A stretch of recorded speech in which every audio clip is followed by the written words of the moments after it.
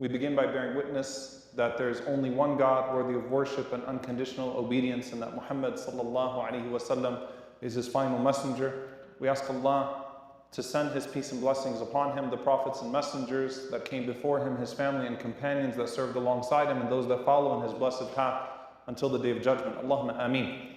Dear brothers and sisters, last week we spoke about the insecurities that Shaytan is able to exploit and turn into full sins or lifestyle type sins. And subhanAllah, I wanted to focus on one particular element of the tricks of Shaytan, which is deeply profound when you look at the way that the Prophet ﷺ tied these things together. First and foremost, Allah subhanahu wa ta'ala makes it very clear throughout the Quran that at every moment of your life, when you have a decision to make, you are listening to two promises. إِنَّ اللَّهَ وَعَدَكُمْ وَعْدَ الْحَقِّ وَوَعَدْتُكُمْ فَأَخْلَفْتُكُمْ. You have the promise of Allah subhanahu wa ta'ala and you have the promise of Shaytan. As Ibn al-Qayyim rahimahullah says, literally every decision you make, you're going to have the promise of Allah and His reward and the promise of Shaytan and his consequence. And you have to hear those two voices at the same time and actively get used to making your nafs listen to the promise of Allah subhanahu wa ta'ala. And that applies to the big and the small, to the public and the private, to the major and the minor. Every single decision that you make that involves righteousness and wickedness is not neutral. Allah is making you a promise of a reward and a rank. And Shaytan is making a promise of a consequence and a humiliation. Now there's something very important to point out here. As Ibn al-Qayyim rahimahullah says, there's the promise of ajr and there's the promise of maqam. The promise of a reward and the promise of a rank. When it comes to Shaytan, there's a promise of a consequence and a promise of humiliation. It refers to something that is inside of us, that when we are called to do something for the sake of Allah subhanahu wa ta'ala, it's not always a numbers game. Sometimes it plays into how we actually view ourselves. And so I'll talk about this from the perspective that the Prophet ﷺ did, and there is a genius, nothing short of a genius, to how the Prophet ﷺ diagnosed spiritual ills and talked about the way to spiritual elevation. The Messenger of Allah ﷺ made a tie between, a connection between the fear that we have of poverty and the fear that we have of humiliation. That those two things are deeply interconnected. The way we fear poverty and the way that we fear humiliation. In fact, in many ways, we fear poverty because we fear the humiliation that might come with it. In the same ways that many people desire wealth because of the prestige that comes with it. But in almost every single hadith where the Messenger of Allah ﷺ mentions one of these things, he mentions the other. In fact, even in our dua, when we say, Allahumma inni a'udhu bika min al-jubni wal-bukhl. Oh Allah, I seek refuge in you from cowardice and stinginess. That a person that holds back with their reputation likely holds back with their spending for the sake of Allah subhanahu wa ta'ala as well. Because they try to guard those two things with the wrong means. And they have a lowly self-image. And so they pursue wealth uncontrollably. They pursue reputation uncontrollably. Hubbul jah wa riyasa, hubbul mal. You find it in every book of Tazkiyah. That the love of prestige and prosperity go hand in hand. The fear of poverty and humiliation go hand in hand. Now why is this important? And subhanAllah, you'll find that there's a saying that's attributed to Ali ibn Abi Talib radiallahu ta'ala anhu, that he mentioned that to not have anything is less humiliating than having to ask someone for something. To be poor is less humiliating than to beg someone for something else. Understanding the way that we are. Because the Messenger of Allah ﷺ spoke to the intensity by which the Shaytan tries to get you to hold back spending for the sake of Allah subhanahu wa ta'ala. And it's very interesting here, because when the Shaytan pulls you back from giving sadaqah, from giving charity, it's very one-tracked. What do I mean by that? It's very clear that if you spend for the sake of Allah, you're going to miss out on something else. Spend too much money, you're not going to have enough money to spend for this. Spend on this, you won't have money for your saving. What if this happens and you need to have this as protection and security? So it's a very one-track message.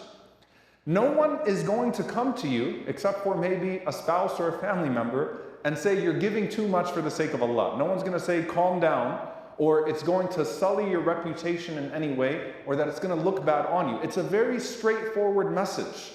You spend too much on Allah, you won't have enough for yourself. When Shaytan ties a knot on top of your head, when you're sleeping at night, and he says, عَلَيْكَ لَيْلًا طَوِيلًا, shh, go to sleep, don't wake up and pray. It's very one-tracked. You're tired, you have a sleep deficit, and if you wake up and pray, then you're going to lose out on the hours that you have for sleep. It is one track. Very few people in your life, if anyone, and they're probably not very good people, will tell you, don't get up and pray at night.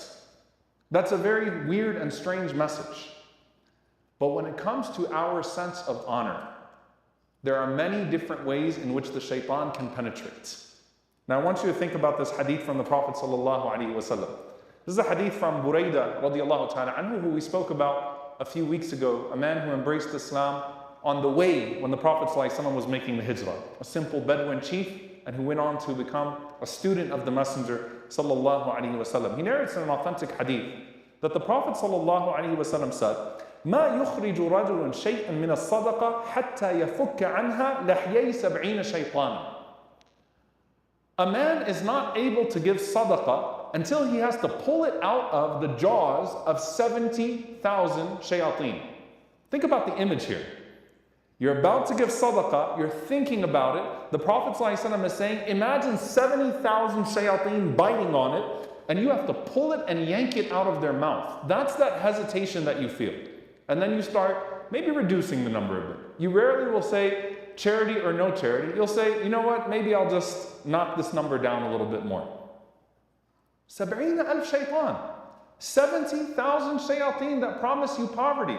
And imagine if you could visualize that every single time someone calls you to give for the sake of Allah. And no, there's no fundraiser today. But imagine, you have to pull it out from 70,000 mouths to be able to give it for the sake of Allah subhanahu wa ta'ala. That's the pull, that's the hesitation. Now when it comes to your sense of honor, when it comes to you doing something for the sake of Allah that you feel like detracts from your reputation, that you feel like detracts from your sense of izzah, from your sense of rank, imagine how many more mouths of shayateen open. In fact, think about all the people around you who might not be shayateen in their essence, but shayateen al-ins are people that play the part of shaitan, at least in a moment. When they say, are you really going to forgive? Are you really going to make up with that person? Are you really going to text that person? Are you really going to call that person? Are you really going to let this go? If you let this go, what do you think people are going to say? If you let this go, what does that say about our family? If you let this go, this is going to happen, and this is going to happen, and this is going to happen. Hold on to that grudge. Be petty because of this and this and this and that. Think about how many devils' mouths open when you think to humble yourself for the sake of Allah, because you fear a loss of maqam, a loss of rank. See, when it comes to spending your money, pretty straightforward. Loss of ajr. Do I believe that I'm depositing and loaning for the sake of Allah in the hereafter? But when it comes to what I feel like is a loan of my reputation, a loan of my honor, a loan of my person, then it gets a little bit more complicated. Because I will hear in my head so many times that I should fight and I should argue and I should be petty and I should brawl and I should grudge and I should do this and this and this and that. And that is the way that I puff my chest out. And I walk on this earth with a sense of dignity and honor. And in truth, you're being a fool. And the Prophet ﷺ says in the hadith from Abu Hurairah radiallahu ta'ala anhu, and look how he brings it all back together, alayhi salatu wassalam. He says, sallallahu alayhi wa sallam, مَا نَقَصَتْ صَدَقَةٌ مِّن مَا. I swear by Allah, wealth is not decreased by spending in charity. And in the same hadith, وَمَا زَادَ اللَّهُ عَبْدًا بِعَفْوٍ إِلَّا عِزًّا. Allah will not increase a servant of His in the ability to forgive except that He'll increase him in honor. That person that forgives frequently, al-afu, is to particularly be forgiving and to overlook people's faults, to be able to let things go, to be able to resolve your grudges quickly. Be quick to forgive, be quick to overlook. Allah will increase that person in izzah, even if 70,000 shayateen from the jinn and 10,000 human beings tell him otherwise. Allah promises you that He will increase you in honor. And the Prophet ﷺ says in the most general way, وَمَا تَوَاضَعَ أَحَدٌ لِلَّهِ إِلَّا رَفَعَهُ اللَّهُ. No one ever humbles himself for the sake of Allah except that Allah elevates him. Except that Allah puts you up. And subhanAllah, that fear of being less, that fear of what people will say, that fear of what that other person will think if I forgive, that fear of what that person's going to say if I don't jump in on this and this and that, all of that goes away when you connect yourself to wanting that rank with Allah. Let him call you a coward. Let Allah crown you on the Day of Judgment. Who cares?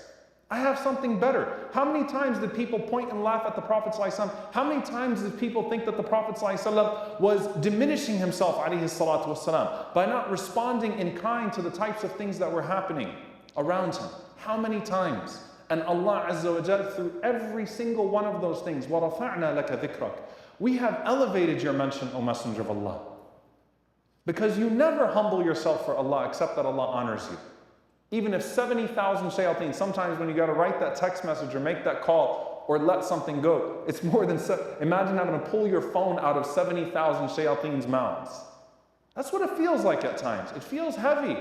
The burden of reconciliation, the burden of husn al-dhan, assuming well of what people say, the burden of letting a sly remark go, the burden of being the person to bring people together, bring your family together, to end something silly online or something silly on a WhatsApp group, all of that burden. People will say things about you, but what do you want Allah to say about you?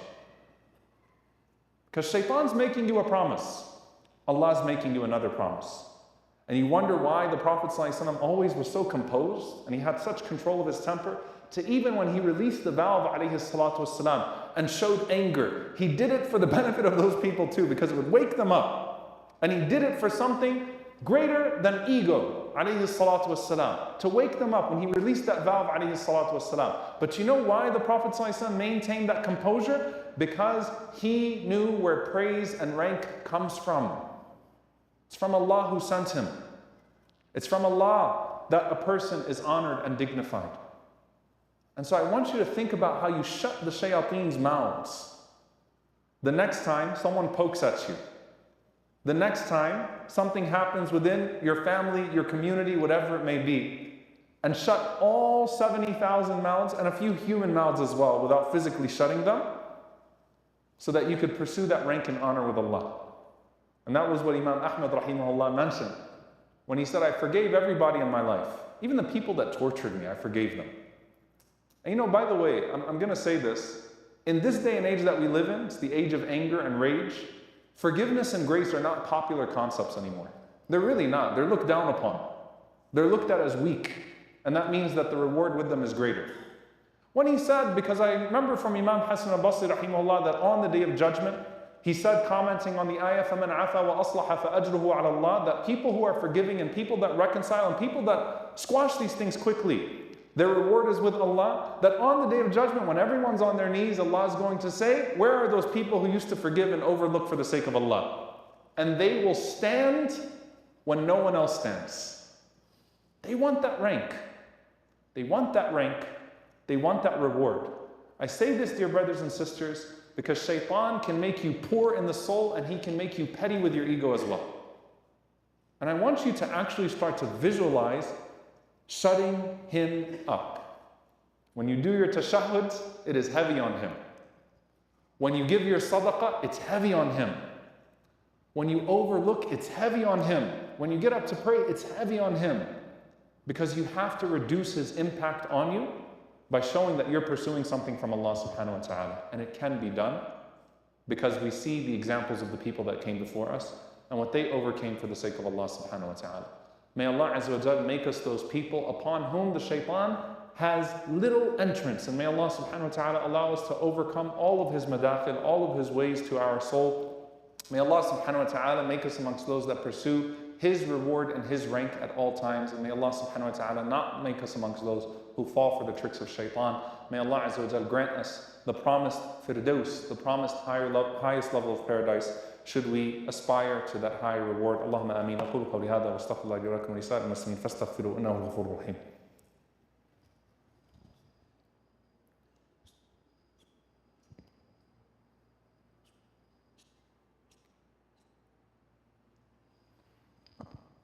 Alhamdulillah, as-salatu was-salamu ala rasulillah wa ala alihi wa sahbihi wa man wala. Dear brothers and sisters, before we make the dua, I wanted to mention particularly Brother Sa'ad Beiruti, rahimahullah ta'ala, one of the founders, one of the pioneers of this community in Irving, who passed away last night and whose janazah is taking place as we speak right now, as his janazah was after the first khutbah in ICI. SubhanAllah, this was one of the first people that I met when I came to this community.